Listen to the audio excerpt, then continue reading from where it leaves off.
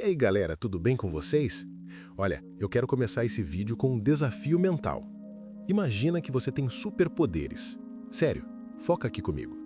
O seu superpoder é conseguir sentar numa cadeira e ficar absolutamente imóvel por, sei lá, um dia inteiro, 24 horas. Você escolhe um lugar numa floresta específica na Ásia, senta na terra e olha para um brotinho saindo do chão. Agora, segura essa informação. Se você realmente tiver paciência de ficar olhando para aquele brotinho, em alguns casos, você não precisa nem de time-lapse. Você consegue ver a coisa crescendo a olho nu. Você sabia que existem espécies de bambu que crescem quase 1 metro em um único dia? Isso dá uns 4 centímetros por hora. Se você sentar do lado de um pé de bambu e tirar um cochilo depois do almoço, quando acordar, ele já vai estar maior que o seu pé. É bizarro, é quase alienígena. E a parte mais louca, alguns pesquisadores e moradores locais juram de pé junto que, no silêncio da noite, quando a floresta está bem quieta, você consegue ouvir o bambu crescendo. É uma série de estalos, crepitações, como se a planta tivesse se espreguiçando com força total. Pop, crack, pop. Aposto que você tem bambu aí na sua casa agora. Talvez não a planta, né? A não ser que você seja muito fã de jardinagem ou tenha um panda de estimação escondido no quintal. Mas pensa bem, aquela tábua de cortar carne que você acha bonitona, provavelmente é bambu. Aquele jogo de falsa madeira no banheiro, bambu. E aquelas meias super macias ou aquela camiseta sustentável que falaram que deixa a pele respirar, pasme, é bambu. E você já parou para pensar de onde isso vem? Tipo, realmente parou para pensar?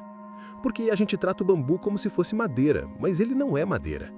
Biologicamente falando, o bambu está muito mais próximo da grama do seu jardim ou do milho que você come na praia, do que de um carvalho ou pinheiro. Isso mesmo, sua casa está cheia de capim gigante. Nas próximas dezenas de minutos, você vai descobrir coisas que vão fritar o seu cérebro. Por exemplo, você vai descobrir por que o bambu é biologicamente imortal, ou quase isso. Você vai entender como Thomas Edison, sim, o cara da lâmpada, quase enlouqueceu viajando o mundo atrás de bambu, e por que a sua lâmpada hoje só existe, indiretamente, por causa dessa planta. Vamos falar da história bizarra e assustadora da tortura do bambu. Será que é mito ou verdade? Será que uma planta pode realmente atravessar um corpo humano só crescendo? E vamos mergulhar fundo numa conspiração da indústria da moda. Como transformam uma vara dura e fibrosa num tecido que parece seda? O segredo pode ser um pouco menos verde do que te contaram. Só para você ter uma noção do tamanho do que a gente está falando, existem mais de 1.400 espécies de bambu no mundo. Tem bambu que é do tamanho do seu dedo mindinho, usado para decoração. E tem o dragão gigante, o Dendrocalamus, que pode chegar a 30 metros de altura e ter o diâmetro de um pneu de caminhão. Isso é mais alto que um prédio de 10 andares. No Brasil, a gente tem a maior diversidade de bambus nativos das Américas. É muita coisa. Se a gente empilhasse todo o bambu comercializado no mundo em um ano, a gente conseguiria não só chegar na Lua, mas ir e voltar algumas vezes. E lá para o final do vídeo, eu vou te mostrar algo sobre o futuro da construção civil. Tem gente chamando o bambu de aço vegetal. E não é exagero de marqueteiro não, é física pura. A resistência à tração dessa coisa compete com ligas metálicas. A gente está falando de arranha-céus que poderiam ser feitos de grama. Então pega a sua bebida, de preferência num copo reutilizável de fibra de bambu, se você for chique, se ajeita na cadeira, porque hoje a gente vai entrar numa rabbit hole, numa toca de coelho absurda sobre a planta mais rápida, forte e incompreendida do planeta. Bora lá? Origem épica da história. Imagina viver em, sei lá, 500 a.C. Se você quisesse mandar uma carta para o seu amigo reclamando do governo ou contando uma fofoca, você não pegava uma folha A4. Você usava tiras de bambu. Eram lâminas finas amarradas juntas com fios de seda ou couro, formando roros pesadíssimos. Tem um relato famoso de um imperador chinês, o imperador Qin Shi Huang, o cara que unificou a China. Dizem que ele tinha que ler 50 quilos de documentos por dia. Literalmente, 50 quilos de bambu para governar o império. Imagina a tendinite desse cara.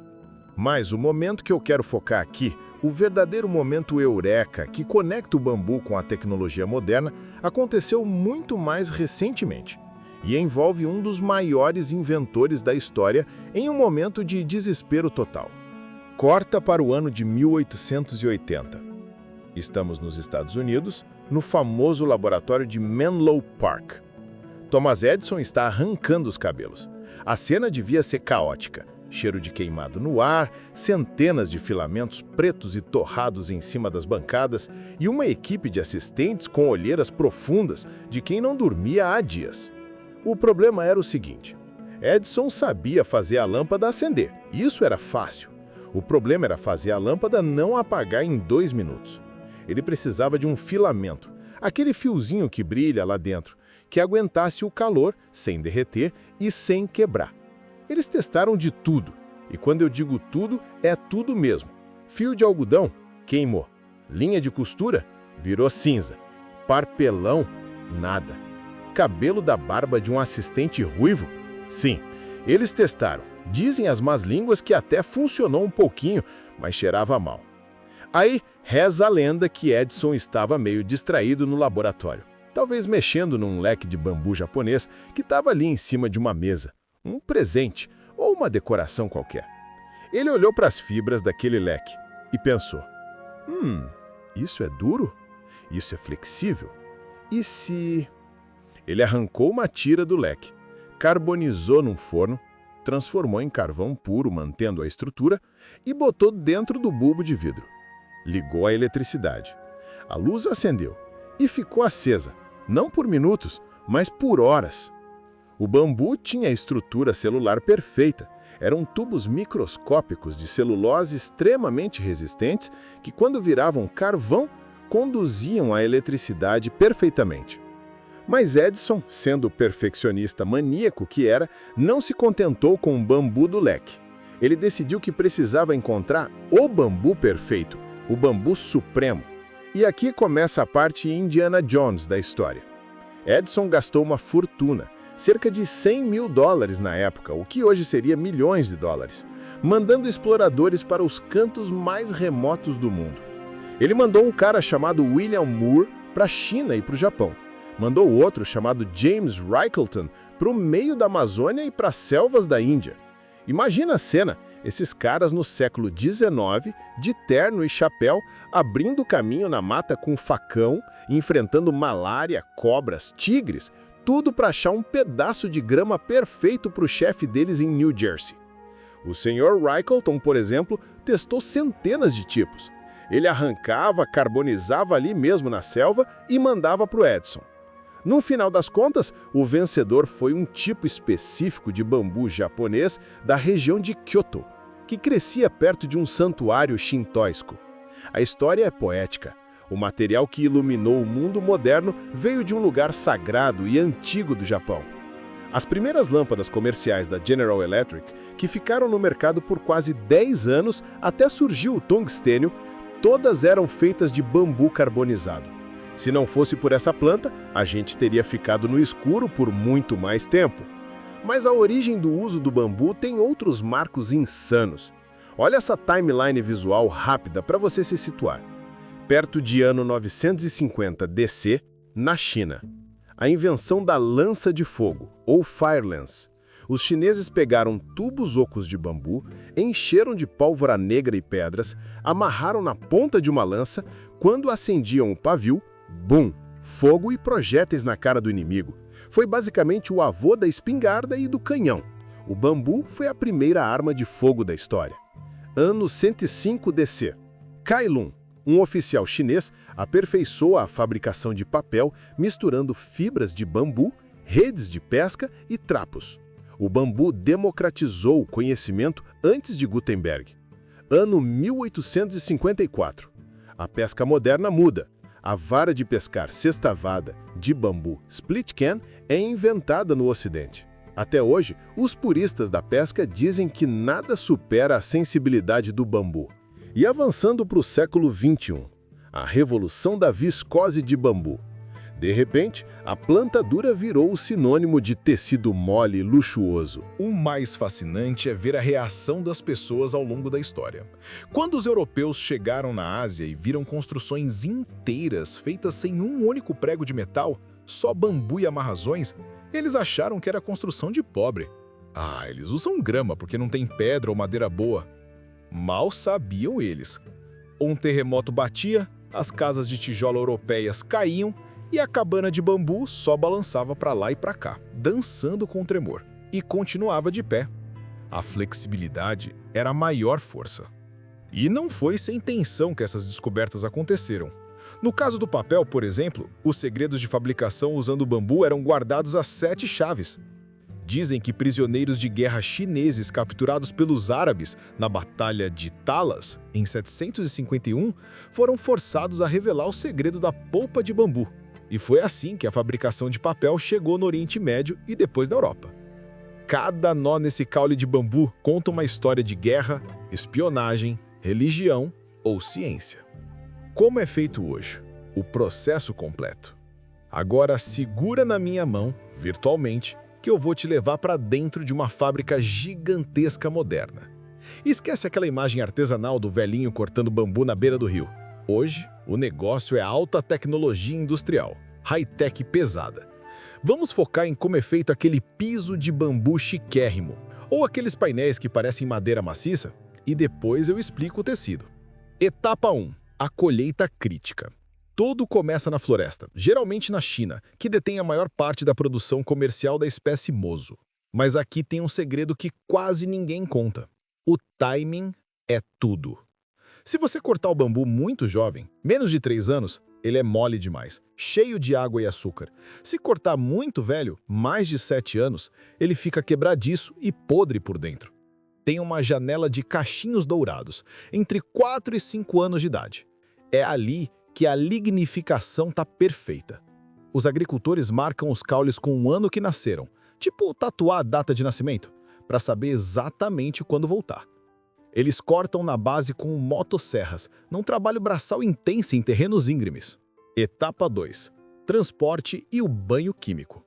O bambu colhido é levado correndo para a processadora. Por que correndo? Porque assim que corta, ele começa a degradar. O amido dentro dele é um banquete all you can eat de besouros e fungos. Se bobear, vira pó. Chegando na fábrica, ele é cortado em tiras longas e retangulares. A parte verde de fora, a casca, e a parte interna mole são removidas mecanicamente. Sobra só o miolo duro. E aqui entra a química. Essas tiras precisam ser fervidas. Geralmente elas mergulham num sopão fervente de água e ácido bórico ou bórax. Isso mata qualquer bicho e remove o açúcar. É tipo tirar o doce da criança, só que a criança é um inseto destruidor. Etapa 3. A caramelização ou carbonização. Sabe aquele piso de bambu mais escuro, cor de mel ou café? Aquilo não é tinta. É aqui que a mágica acontece. As tiras entram numa câmara de pressão a vapor.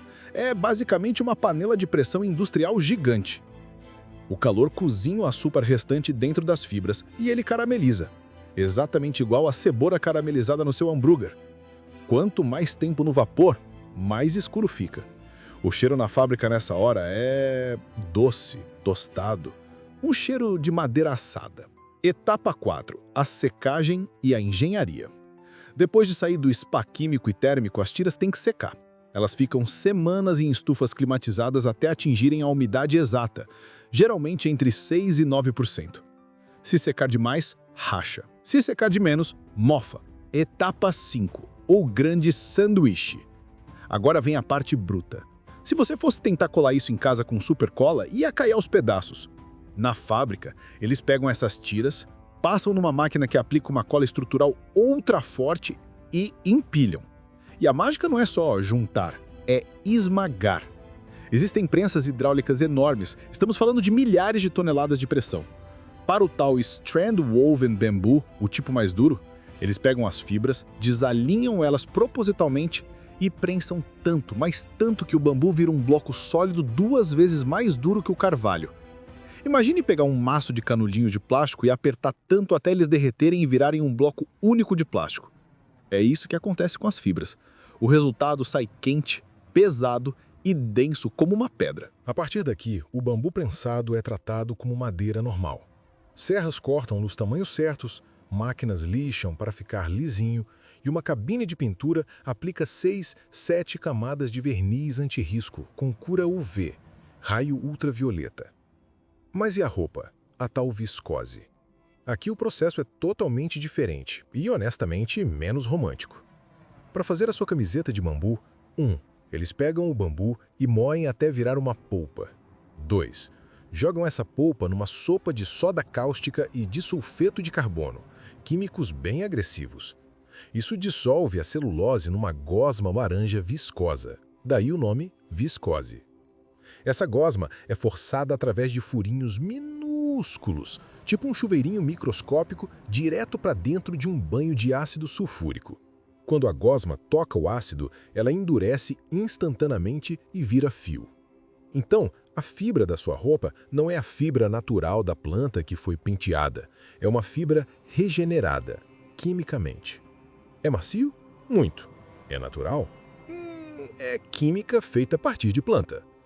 Na fábrica industrial, tudo isso é monitorado por computadores. A velocidade é insana. Algumas fábricas na China cospem milhares de metros quadrados de piso por dia.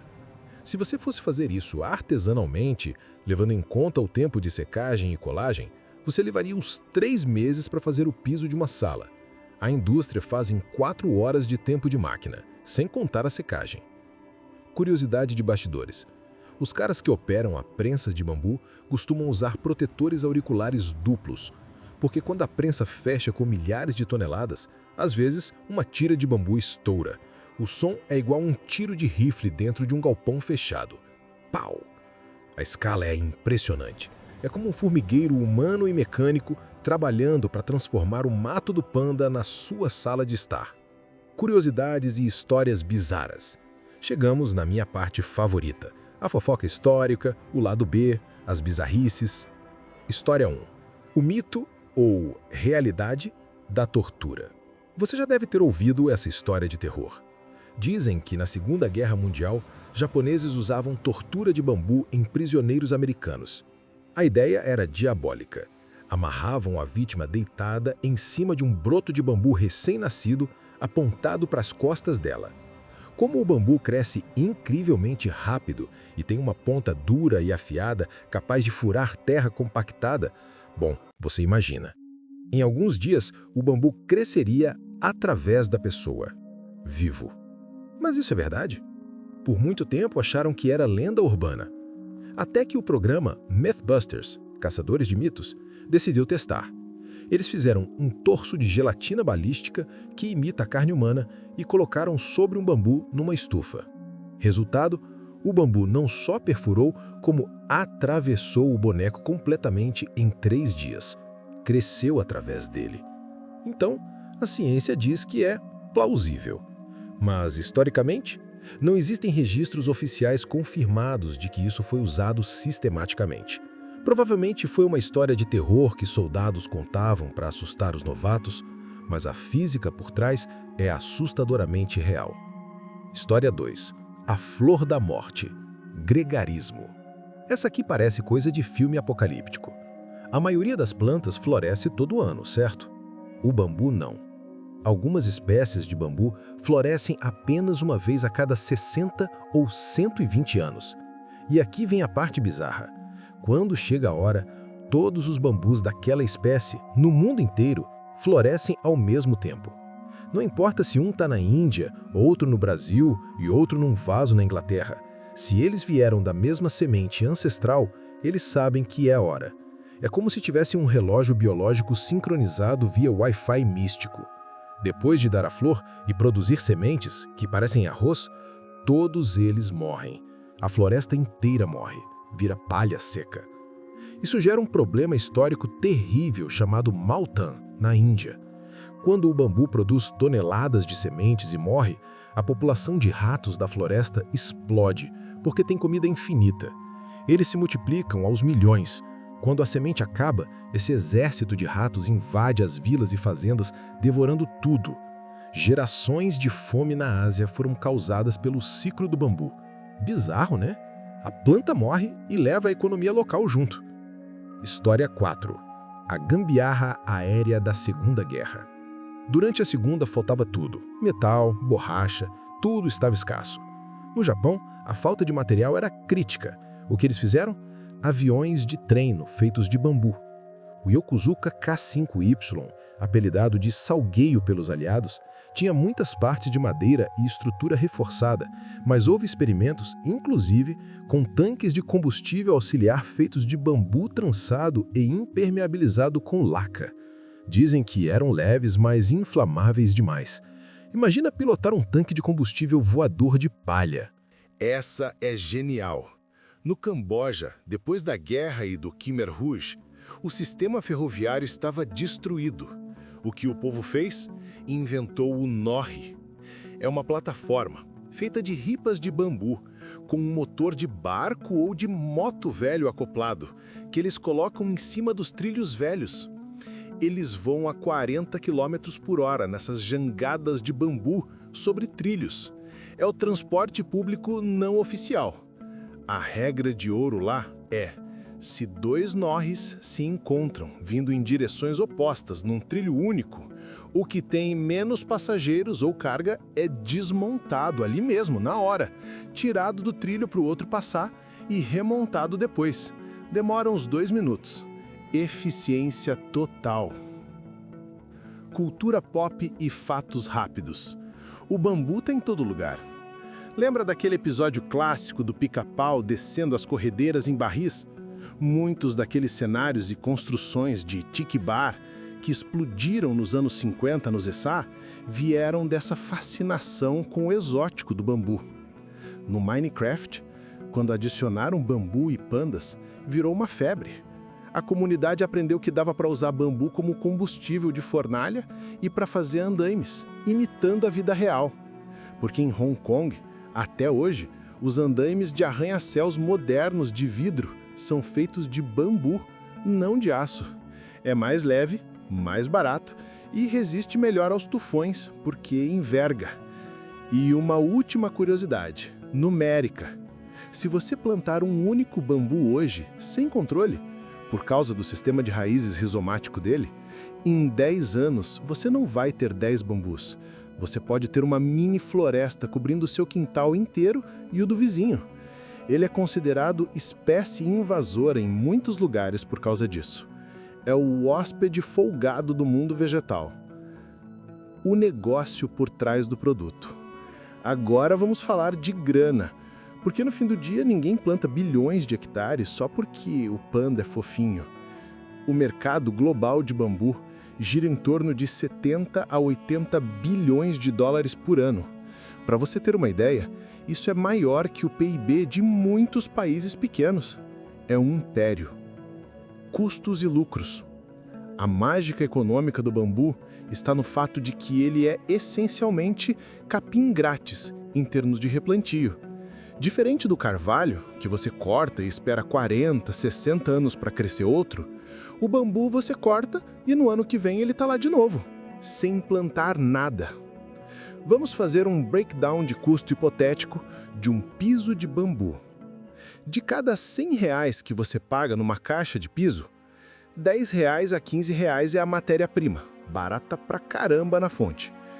R$35 é processamento industrial, máquinas, energia, cola.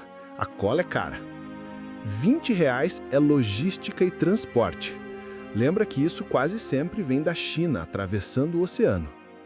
R$30 são impostos, marketing e margem de lucro. A parte mais cara não é a planta, é a energia para cozinhar e a cola química para juntar. O preço internacional. Se você for comprar um deck de bambu no Brasil, vai pagar caro, porque é nicho boutique. No Zessá e Europa, é considerado a opção custo-benefício verde. Muitas vezes é mais barato que madeira de lei maciça. Na China rural, eles fazem cercas, galinheiros e ferramentas com isso, como se fosse lixo reciclável. Os gigantes do setor. A grande maioria das empresas são chinesas, como a Daso e a Mosso International. Essas empresas são titãs. A Mosso, sediada na Holanda, mas produzindo na China, basicamente definiu os padrões de qualidade para o mundo ocidental. Curiosidade de mercado. Por que o bambu explodiu nos anos 2000?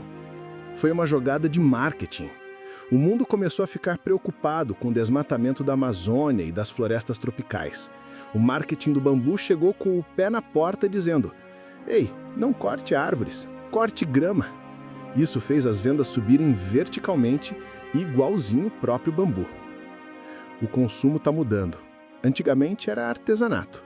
Hoje, a classe média alta consome bambu em forma de toalhas, pela maciez, e a construção civil está começando a olhar para ele como biocompósito. A questão verde, o elefante na sala. Mas nem tudo é flores, ou colmos. Existe uma discussão pesada sobre sustentabilidade. Sim, a planta cresce rápido e absorve muito CO2, mais que árvores.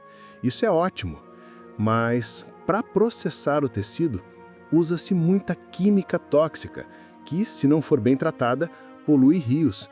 E para transportar da China para o Brasil, queima-se muito diesel de navio. Então o bambu é verde na origem, mas pode ficar cinza no processo. Futuro e inovações. O que vem por aí? Eu consultei a minha bola de cristal feita de resina de bambu e o futuro é surpreendente. Sci-fi total. 1. Compósitos para carros e aeronaves. As montadoras estão loucas atrás de materiais leves. Já existem protótipos de painéis internos de carros feitos de fibra de bambu misturada com resina epóxi. É mais leve que fibra de vidro, e se o carro bater, não estilhaça em pontas cortantes. Imagina um futuro onde seu carro é cultivado numa plantação. 2. A cimentação de bambu. Pesquisadores na Suíça e Singapura estão desenvolvendo um concreto reforçado com fibras de bambu processadas para substituir o aço na estrutura. O problema do bambu cru no concreto é que ele supa água e incha, rachando o cimento. Mas com novas nanotecnologias impermeabilizantes, podemos ver vigas de Bambucrete. Ficaria muito mais barato para países em desenvolvimento construírem casas populares. 3. A versão carvão ativado high-tech. O carvão de bambu já é usado para filtrar água e ar, mas novas pesquisas em supercapacitores, baterias, estão usando o carvão de bambu nanoestruturado para armazenar energia. Talvez a bateria do seu celular em 2040 seja feita dessa planta milenar. Se as gerações Z e os Alpha continuarem nessa pegada de desplastificar o mundo, o bambu é o candidato número 1 para substituir embalagens de delivery, talheres descartáveis e escovas de dente. O que já está acontecendo, mas vai massificar. Se eu viajasse para 2050, imagino cidades inteiras com fachadas vivas usando estruturas de bambu engenheirado, absorvendo o carbono da cidade. A selva de pedra voltaria a ser pelo menos um pouco só selva. Conclusão. Ufa, que jornada, hein? Quem diria, né? Começamos esse vídeo falando sobre uma grama gigante que cresce no quintal e acabamos falando sobre filamentos de lâmpadas elétricas, armas de guerra chinesas, tecidos quimicamente modificados e o futuro da engenharia automotiva. Só para recapitular os 3 fatos que, na minha opinião, mais explodiram a cabeça hoje. Primeiro, que o bambu foi essencial para a invenção da luz elétrica durável com o Edison. Segundo, a insanidade de uma planta que cresce quase 1 metro por dia e pode, em teoria e na prática, atravessar obstáculos sólidos com a força da vida. E terceiro, que aquele chão duro que parece madeira, na verdade é um sanduíche de capim colado com pressão absurda. Eu espero que a próxima vez que você segurar uma colher de pau ou de bambu na cozinha, ou vestir aquela meia confortável, você olhe para ela com outros olhos. Pense na engenharia da natureza que criou esses tubos perfeitos. Pense na viagem que esse material fez para chegar na sua mão. Tudo no nosso mundo tem uma história escondida. E o bambu é a prova de que as soluções mais simples, tipo um tubo oco que nasce do chão, podem ser as mais sofisticadas. E fica a pergunta: o que mais tem aí na sua casa que parece banal, mas esconde segredos tecnológicos ou históricos insanos? A esponja de lavar louça? O vidro da janela? O zíper da sua calça? Spoiler, todos esses têm histórias malucas, e é exatamente por isso que a gente está aqui. Galera, esse vídeo deu um trabalho monstro de pesquisa. Sério, eu sonhei que estava sendo perseguido por pandas gigantes ontem à noite. Então, se você curtiu, se aprendeu uma coisinha nova sequer, deixa o like aí embaixo. Ajuda demais o canal a mostrar para o algoritmo que vocês gostam de conteúdo cabeça, mas divertido. Me conta nos comentários, você tem alguma coisa de bambu em casa? Ou já viu alguma construção feita disso? Joga aí, eu quero saber. E olha, semana que vem o papo vai ser sobre algo que você usa todo dia. Literalmente salva a sua vida social, mas você nem sabe como funciona. Vou dar uma dica. Envolve química fedida e axilas. Sim, desodorante. Não perde, ative o sininho. Muito obrigado por assistir até o final. Vocês são foda. Ah, e bônus antes de ir. Sabe a cana de pesca de bambu? O bambu tonquim usado nelas é tão valioso e específico que durante o embargo comercial aos produtos chineses dos anos 50 a 60 pelos Estados Unidos, esse bambu era a única mercadoria chinesa permitida entrar nos Estados Unidos, porque os pescadores americanos fizeram lobby no Congresso. Prioridades, né? Valeu, fui!